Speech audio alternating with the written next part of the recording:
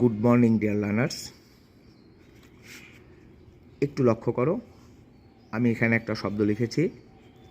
শব্দটা হচ্ছে SWIMS, swims. আমি যদি এই লেখাটাকে উল্টো করি, খুব ভালোভাবে খেয়াল করো, SWIMS, শব্দটা একই থাকে। যদি কোনো শব্দকে এইরকম সোজাভাবে এবং উল্টোভাবে করলে যদি একই থাকে, তাহলে এই জাতীয় টার্মটাকে বলে অ্যাম্বিগ্রাম। কি বলে?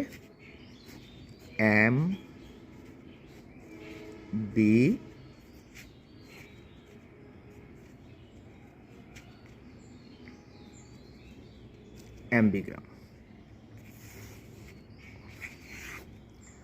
আমি আবারও বলছি, শোনো, যদি কোনো শব্দকে সোজাভাবে বা উল্টোভাবে করলে একই থাকে, অথবা 180 ডিগ্রি কোণে যদি তুমি শব্দটাকে দেখো, যদি সেই শব্দটা একই থাকে, তবে এই টার্মটাকে বলে ambigram. Is it clear? Thank you for watching the video.